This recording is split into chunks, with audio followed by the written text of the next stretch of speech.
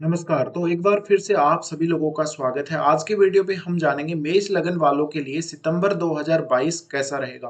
तो सबसे पहले देख लेते हैं सितंबर 2022 का गोचर क्या कह रहा है, उसके बाद आते हैं कुंडली पर। तो अगर आप सितंबर 2022 में देखेंगे, सबसे पहले सूर्य की बात करें तो 17 सितंबर तक सिंह राशि में ये गोचर करेंगे, इसके बाद कन्या में चले जाएंगे। बुध 10 सितंबर से 2 अक्टूबर तक कन्या में वक्री रहेंगे। शुक्र सिंह राशि में रहेंगे, फिर वो 24 सितंबर को कन्या में चले जाएंगे, यानी नीच के हो जाएंगे। मंगल वृषभ में गोचर करेंगे। गुरु का गोचर मीन में ही रहेगा और वो वक्री रहेंगे। शनि मकर में वक्री रहेंगे। चंद्रमा 1 सितंबर को तुला में गोचर करेंगे। राहु मेष में और केतु तुला में गोचर कर ही रहे हैं। तो ये आपके लिए हो गया गोचर। अब बात करते हैं यहाँ पर कौन से ग्रह का क्या इफेक्ट आप लोगों को देखने को मिलेगा। तो सबसे पहले आपके लिए स्टार्ट करते हैं आपके लगन या लग्नेश से, जो कि आपके मंगल बनते हैं और मंगल का गोचर आपके सेकंड हाउस में होगा। तो सबसे मेन फोकस आपका अपने प्रॉपर्टी धन को लेकर होगा, परिवार को लेकर होगा। तो ये महीना आपका आपके परिवार के लिए आप देख सकते हैं, थोड़ा सा परिवार की केयर करने को लेकर देख सकते हैं। इसी तरह से कोई प्रॉपर्टी वगैरह का कोई फायदा, और आप खुद मेहनत करेंगे जितना ज्यादा पैसे कमाने के लिए, उतना ज़्यादा आपका धन इस महीने में बढ़ेगा। तो थोड़ा-सा मेहनत करने की ज़रूरत है। साथ ही मंगल सेकंड हाउस में है तो परिवार वालों के साथ कई बार अनबन हो सकती है, कोई तर्क-वितर्क हो सकते हैं, झगड़ा हो सकता है। तो झगड़े से आप सावधान ज़रूर रहें। इसी तरह से मंगल का ये गोचर कहीं न कहीं आपको थोड़ा-सा वाणी पर लगाम लगाने के लिए प्रेरित नहीं करेगा। यानी आप बहुत तेज़ बोलेंगे या गुस्से में बोलेंगे, तो आपके कुछ लोगों के साथ संबंध बिगड़ भी सकते हैं। इसी तरह से आपका जो धन है, आपके पास जो जमा पैसा है, उसके लिए आप में ऑब्सेशन बहुत ज़्यादा रहेगा, तो कहीं न कहीं मंगल का प्रभाव यहाँ पर रहेगा ही। और ऐसे में मंगल आपके पंचम भाव को भी देख रहे हैं यहाँ से, तो पंचम भाव को देखने की वजह से आपकी संतान के लिए और आपकी एजुकेशन के लिए इनका प्रभाव अच्छा रहेगा। तो आप कोई क्रिएटिव स्किल्स से अगर पैसा कमाना चाहो तो वो भी कर सकते हो। इसके साथ ही कोई प्रॉपर्टी जैसा आपका काम बन सकता है, ज़मीन का कोई लेन-देन करना चाहते हो, तो वो काम ज़रूर बन सकता है। इसी तरह से मंगल की दृष्टि यहाँ से अष्टम पर रहेगी, तो अष्टम से कोई बहुत बड़ा फ़ायदा हो सकता है। इस दौरान एक्सीडेंट वगैरह होने के भी चांसेस बनेंगे, अगर आप ड्राइविंग खुद करते हैं या फिर आप बाइक वगैरह चलाते हैं या कुछ और काम करते हैं इस तरह का, तो थोड़ा सावधान ज़रूर रहिएगा। या फिर आप कहीं भी जाने वाले हैं कोई लॉन्ग डिस्टेंस ट्रैवल पे, तो सावधानी से जाएँ। इसी तरह से मंगल यहाँ पर हैं, तो अब आपको मंगल के लिए क्या करना है? देखिए, मंगल थोड़ा गुस्सा आपका बढ़ा सकते हैं, तो इस दौरान आपको अपने ऊपर संयम रखना है। तो चंद्रमा को आपको मजबूत करना होगा और मंगल की एनर्जी को अपने मन पर हावी मत होने दीजिए, जिससे आपके ऊपर जो अनावश्यक जो एक तो प्रेशर आएगा और जो आपकी वाणी में एक गुस्सा-सा दिखेगा, वो ना दिखे। अब मंगल यहाँ पर अष्टमेश होकर भी आ रहे हैं सेकंड हाउस में, तो इस वजह से आपके जो प्रॉपर्टी है, जो धन है आपका, उसमें कोई बहुत बड़ा उतार-चढ़ाव देखने को मिल सकता है। इसी तरह से आपको अपने इन-लॉज़ से सहायता मिल सकती है या पैतृक संपत्ति से कोई फ़ायदा बड़ा हो सकता है। इसके बाद बात करते हैं शुक्र के गोचर की। शुक्र जो कि आपकी कुंडली में दूसरे और सातवें घर के स्वामी बनते हैं, आपके लिए वो गोचर करेंगे सिंह राशि में। फिर 24 सितंबर को वो चले जाएंगे कन्या राशि में, यानी आपके छठे घर में। लेकिन 24 सितंबर तक का समय उन लोगों के लिए काफ़ी अच्छा है जो कहीं स्टॉक मार्केट वगैरह में पैसा लगाए हैं, या जो लोग प्रेम संबंधों में हैं फिलहाल, उनके लिए एक अच्छा प्रेम संबंध बनने की संभावना भी बन रही है। जो लोग कोई क्रिएटिव वर्क कर रहे हैं, डांसिंग, सिंगिंग का जिनको अच्छा पकड़ है, वो लोग भी इस समय काफ़ी अपनी क्रिएटिव स्किल्स से पैसा बना सकते हैं। तो ये समय में आपको स्टॉक मार्केट से फ़ायदा होगा, कोई लॉटरी वगैरह से फ़ायदा हो सकता है। इसके साथ ही आपकी जो संतान है, संतान के प्रति आपका नेचर काफ़ी ज़्यादा केयरिंग रहेगा। हो सकता है संतान की ओर से आपको इतना अच्छा फीडबैक ना मिले, क्योंकि यहाँ सूर्य भी गोचर करेंगे। तो उस वजह से यहाँ पर आपका लेकिन जो संतान के प्रति केयरिंग नेचर है वो ज़रूर रहेगा। इसी तरह से प्रेम संबंधों में कोई बड़ी सफलता मिल सकती है। साथ ही यहाँ पर सूर्य शुक्र के साथ युति करेंगे, तो इस वजह से आपके लिए ये फ़ायदा होगा कि अगर आप में कोई क्रिएटिव स्किल है तो आपको उसकी वजह से पहचान मिल सकती है। अब सूर्य यहाँ पर देखिए, सूर्य का गोचर तो हम हालाँकि बाद में डिस्कस करेंगे, बट शुक्र की बात करें, शुक्र नीच के हो जाएँगे आपके छठे भाव में जाके। तो शुक्र 24 सितंबर से आ रहे हैं आपके छठे घर में। 24 सितंबर के बाद के जो बाकी के दिन बचे हुए इस महीने में, लगभग 6-7 दिन बचे, तो उन दिनों में आपको सावधान रहना है, कोई आपको लड़की बदनाम करे, अगर आप लड़का हैं तो लड़की बदनाम करे आपको, ऐसा हो सकता है। जीवन साथी के साथ भी आपको प्रसन्नता नहीं रहेगी, वैवाहिक जीवन के लिए भी शुक्र का नीच होना अच्छा नहीं है। इसके साथ ही आप धन का अनर्गल कोई खर्चा कर देंगे शुक्र नीच के होने की वजह से, और आपको लग्ज़री के सुख में जो कहीं न कहीं कमी देखने को मिलेगी, तो ऐसा आभास भी मिल सकता है। अब बात करते हैं बुध के गोचर की। बुध देखिए आपकी कुंडली में छठे घर के स्वामी है और तीसरे घर के स्वामी है। ऐसे में बुध वक्री होने वाले हैं इस महीने में, और बुध का गोचर देखा जाए तो 10 सितंबर से 2 अक्टूबर तक वो कन्या में वक्री रहेंगे। तो 10 सितंबर तक का समय आपके लिए फिर भी ठीक है। 10 सितंबर तक आपके वार्तालाप बढ़ेगा, जहाँ भी आप काम करते हो वहाँ पर अपने साथ वाले लोगों के साथ काफ़ी ज़्यादा आप लॉजिकल बातें करेंगे, काफ़ी अच्छी तरीके से आपका उनके साथ कम्युनिकेशन रहेगा।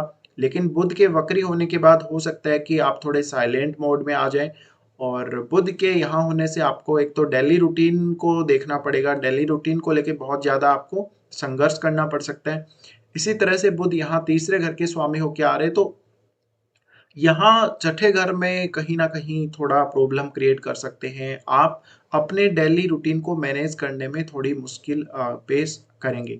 तो ऐसे में कहीं न कहीं आपको थोड़ा प्रभाव इनका जो दिखेगा, नेगेटिव प्रभाव यहाँ दिख सकता है।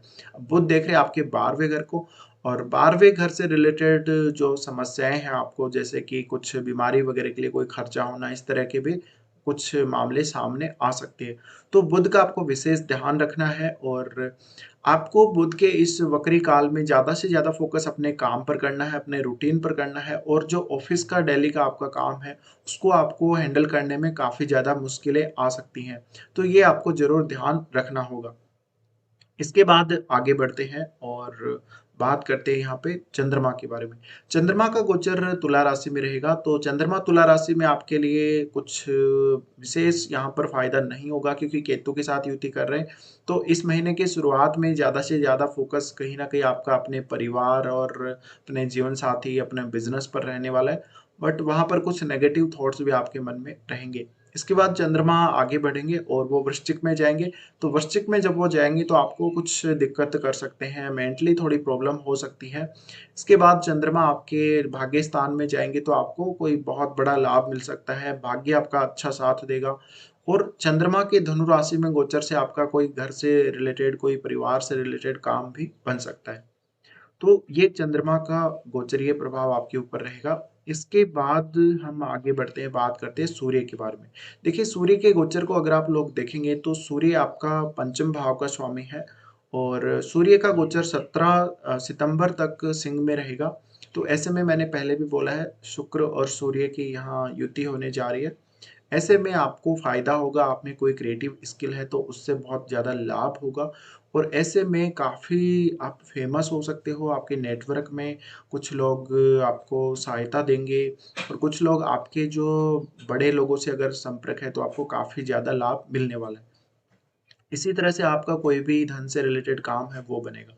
तो कहीं न कहीं सूर्य का गोचर आपके लिए अच्छा है पंचम में, और हालाँकि संतान की तरफ से थोड़ा ईगो देखने को मिल सकता है, बट आपके लिए समय काफ़ी अच्छा रहेगा। सूर्य यहाँ से लाभ स्थान को देखेंगे, लाभ स्थान को देखने से आपके पास पैसा आएगा। तो पैसे की कोई बहुत बड़ी मात्रा में आपके पास आवक हो सकती है, कोई बड़ी मात्रा में कहीं से पैसे का इंतज़ाम आप लोग कर सकते हो। अब बात करते हैं यहाँ पर, आगे बढ़ जाते हैं। सूर्य का गोचर चेंज होगा और 17 सितंबर के बाद कन्या राशि में ये चले जाएँगे। तो कन्या राशि में जाने के बाद कहीं न कहीं आपके बॉस से कुछ मुश्किलें आपको आ सकती हैं। इसी तरह से आपका कुछ ईगो बढ़ेगा, अपने साथ वालों के साथ भी थोड़ा बहुत तालमेल में कमी देखने को मिल सकती है। और सूर्य के यहाँ होने से हालाँकि आप अपने डेली रूटीन को काफ़ी अच्छे से हैंडल करेंगे, लेकिन आप जहाँ काम कर रहे होते हैं, जहाँ भी आप जिस भी ऑफ़िस में, वहाँ पर आप अपने आप को बॉस समझेंगे, आप अपने अकॉर्डिंग काम करेंगे, तो थोड़ी दिक्कत भी आप लोगों को आ सकती है। इसके बाद हम यहाँ से आगे बढ़ जाते हैं, और हमने शुक्र की बात की, हमने मंगल की बात की, अब गुरु के बारे में चर्चा कर लेते हैं। तो गुरु के गोचर को अगर आप लोग देखेंगे, तो गुरु 12वें घर में गोचर कर रहे हैं, और वो भी वक्री स्थिति में। ऐसे में आपके कुछ काम रुक सकते हैं, जैसे घर के लिए अगर आप लोन वगैरह लेना चाहते हैं या कोई कहीं से उधार लेना चाहते हैं, तो उन कार्यों पर थोड़ा ब्रेक लगेगा। आपकी माताजी के स्वास्थ्य के लिए थोड़ा बहुत खर्चा हो सकता है। इसी प्रकार से आप कोई दान दक्षिणा दे सकते हैं इस दौरान, आप अगर कोई चैरिटी के लिए पैसा देना चाहें, वो दे सकते हैं। गुरु आपके 9th हाउस के स्वामी होकर 12वें में आ रहे, तो आप अपनी हायर एजुकेशन के लिए अगर विदेश जाना चाहते हैं और आपका काम बीच में अटक गया है, तो आपको थोड़ा वेट करना पड़ेगा। एक बार फिर से आप कोई प्लान कर सकते हैं ऐसे में। तो कहीं न कहीं जो गुरु का गोचर है काफ़ी आपको बेनिफिट देगा, लेकिन फिलहाल गुरु का गोचर ये दिखा रहा है कि आपका फ़ॉरेन से कोई कनेक्शन होगा इस दौरान किसी काम को लेकर, और इसी के साथ हो सकता है कि भाग्य का साथ भी आपको ठीक से ना मिल पाए, क्योंकि गुरु वक्री हैं और वक्री गुरु होते हैं तो यहाँ पर भाग्य की ओर से साथ मिलना आपको थोड़ा कम हो जाता है। लेकिन जैसे ही गुरु मार्गी होने लगेंगे, वैसे ही आपके सारे काम अच्छे से बनने लगेंगे। इसी प्रकार से ये गुरु आपके कुछ खर्चों को दिखाते हैं, कुछ लोन-वोन को दिखाते हैं।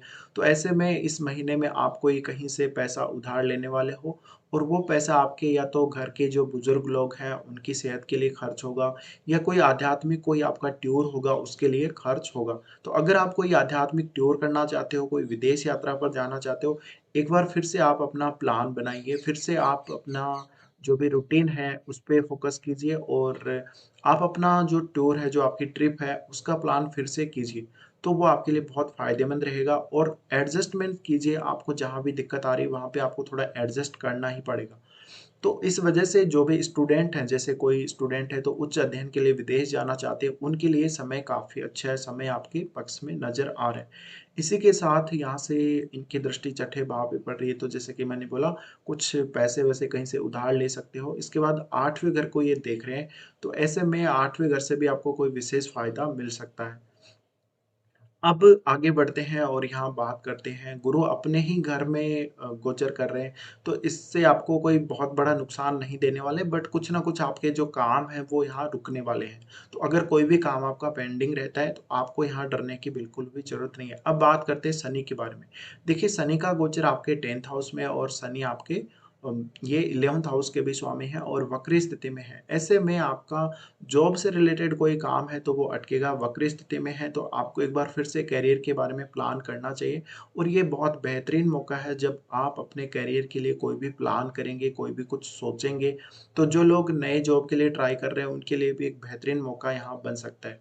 इसी तरह से आपको मेहनत बहुत ज़्यादा करनी पड़ेगी, पर आपका काम जाते-जाते अब शनि बना देंगे। इसी तरह से शनि आपके 12वें घर को भी देख रहे हैं, और यहाँ पर गुरु वक्री हैं। ऐसे में आपका जो काम है, अगर विदेश से जुड़ा हुआ कोई जॉब है या ऐसा कोई काम है, तो वो भी इस समय आपका थोड़ा-सा रुक जाएगा। आपको लगेगा कि कोई प्रोग्रेस नहीं हो पा रही है, काम आगे नहीं बढ़ पा रहा। लेकिन ये ब्रेक थोड़े समय के लिए ही है। जैसे ही समय नॉर्मल होगा, शनि मार्गी होंगे, गुरु मार्गी होंगे, तो आपके सारे काम बनने लग जाएँगे। तो इस प्रकार से आप देख सकते हैं इस गोचर को भी। इसी तरह से शनि की चौथे हाउस पर एस्पेक्ट है। इस वजह से आपके कुछ ऐसे काम अटकेंगे जहाँ पे घर से, परिवार से रिलेटेड कोई काम हो, तो उन कामों में थोड़ा बहुत ब्रेक लग सकता है। इसी तरह से आपकी माताजी की सेहत को लेकर भी कुछ दिक्कतें आप लोगों को आ सकती हैं। तो शनि का ये प्रभाव रहने वाला है। इसके साथ-साथ शनि देख रहे हैं आपके सप्तम भाव को भी, तो अगर कोई बिज़नेस वगैरह करना चाह रहे हो इस दौरान, अगर कोई नया काम चालू किया है, तो एक बार आपको थोड़ा वेट करना पड़ सकता है। इसी के साथ आपके जीवन साथी की सेहत के लिए भी ये स्थिति थोड़ा अच्छी नहीं कही जा सकती, तो आपको मैरिड लाइफ में भी ध्यान ज़रूर देना ही पड़ेगा। तो अब लगभग हमने सभी ग्रहों के बारे में बात की। राहु केतु के बारे में हमने ऑलरेडी वीडियो बनाया है, वहाँ पर हम बहुत सारी बातें कर चुके हैं ऑलरेडी, तो इनके बारे में कोई विशेष चर्चा करना ज़रूरी नहीं है यहाँ पर। और राहु केतु को देखा जाए तो आपके लगन और 7th में इनका एक्सिस बना हुआ है, तो आपको बहुत ज़्यादा ऑब्सेशन हो रहा होगा इस समय, और कुछ मेंटली आपके ऊपर प्रेशर आ रहा होगा, या आप अपने आप को बहुत बड़ा दिखाने, बहुत अच्छा दिखाने के लिए प्रयास कर रहे होंगे। तो आप सही दिशा में अगर प्रयास करेंगे, आपके प्रयास सफल होंगे। इसी तरह से आपको जो भौतिक सुखों की इच्छा है, वो काफ़ी ज़्यादा हो रही होगी राहु के इस गोचर में। तो ये इस प्रकार से कुछ आपके लिए रहेगा। अब देखिए, मेन जो इस महीने में आपको दिखने वाला है जो गोचर में, एक तो इस महीने में आपके पास धन काफ़ी ज़्यादा आएगा, प्रॉपर्टी वगैरह का लाभ हो सकता है, जॉब को लेके कोई चेंजेस हो सकते हैं, माताजी की सेहत और घर का कोई प्लान कर रहे हो, तो वो प्लान भी आपका सही से बन सकता है। इसी के साथ कोई पैसा-वैसा उधार लेने के भी चांसेज़ आपके बनेंगे, क्योंकि जो भी पैसा आपके पास आएगा वो उतना नहीं होगा, और शायद आपके पास अगर उतना पैसा नहीं पड़ा जितना कि अभी आपको कोई ज़रूरत पड़ने वाली उधार लेने की, तो आप देख सकते हैं। तो फिलहाल आप अपने इस प्रकार से मंथ को प्लान कर सकते हो। अब कुछ अच्छे और खराब दिनों की बातें कर लेते हैं मेष लगन वालों के लिए। तो सबसे पहले देखा जाए तो आप लोगों के लिए कुछ अच्छे दिन, जहाँ पर 8, 9 उसके बाद 19-20, फिर 24-25, 26-27 और 28 ये दिन आप लोगों को काफ़ी बेहतर लगेंगे। इस मंथ के इन दिनों में आप कोई भी कार्य पूरा कर सकते हो। अगर कोई पहले का पेंडिंग काम है उसको भी आप पूरा कर सकते हो। तो इन दिनों में विशेष थोड़ा मेहनत करके काम कीजिए, थोड़ा फोकस कीजिए काम पर, आपके लिए काफ़ी अच्छा रहेगा। इसके बाद कुछ खराब दिनों की बात भी कर लेते हैं। अगर देखिए अच्छे दिन आते हैं तो कई-कई बार खराब दिन भी आते हैं। तो ऐसे में आपके लिए कुछ खराब दिन रहने वाले हैं जहाँ पर 4, 5 और 29-30 को आपको कहीं से पैसा उधार नहीं लेना है। पैसे उधार लेने के चांसेस इन दिनों में बहुत ज़्यादा बनेंगे। इसी के साथ आपको हेल्थ का कोई इश्यू आ सकता है, हेल्थ से रिलेटेड प्रॉब्लम रहेगी और आपको अपने रूटीन से रिलेटेड प्रॉब्लम भी इन 4 दिनों में बहुत ज़्यादा रहेगी। इसी के साथ कोई केस मुकदमे में फँसे हुए हैं या कोई ऐसा काम है आपका, तो वहाँ पर भी आपको दिक्कत बहुत ज़्यादा आ सकती है। इसी तरह से स्कॉर्पियो में जब चंद्रमा ट्रांज़िट करेंगे 8 और 9 को, तो मानसिक रूप से थोड़ा प्रेशर आपके ऊपर रहेगा। कोई काम को लेकर आप बहुत ज़्यादा परेशान रहेंगे, कहीं न कहीं कुछ दिक्कत आएगी मानसिक रूप से और अचानक दुर्घटना वगैरह होने के चांसेस भी बनते हैं। लेकिन 8 और 9 को अचानक धन की प्राप्ति के चांसेस भी बहुत ज़्यादा बन रहे हैं। अब बात करते हैं चंद्रमा का मीन राशि वाले गोचर के, जो जहाँ पे ये 14 और 15 तारीख को रहेंगे, तो आपकी हेल्थ के लिए सबसे ज़्यादा आपको कॉन्शियस रहना है। घर परिवार के लिए, कोई परिवार के सदस्य के लिए खर्चा होगा, उनके लिए थोड़ा सावधान रहना है। मानसिक शांति इन दिनों में आपकी भंग हो सकती है। आपका पूरा रूटीन खराब हो सकता है और आपको आध्यात्मिक विचार मन में बहुत ज़्यादा आ सकते हैं। तो कुछ इस प्रकार से आपके लिए ये कुछ खराब दिन भी हैं जहाँ पर आपको सावधानी बरतनी है। तो ये महीना आपका इस प्रकार से बीतेगा। फिलहाल इस वीडियो में इतना ही।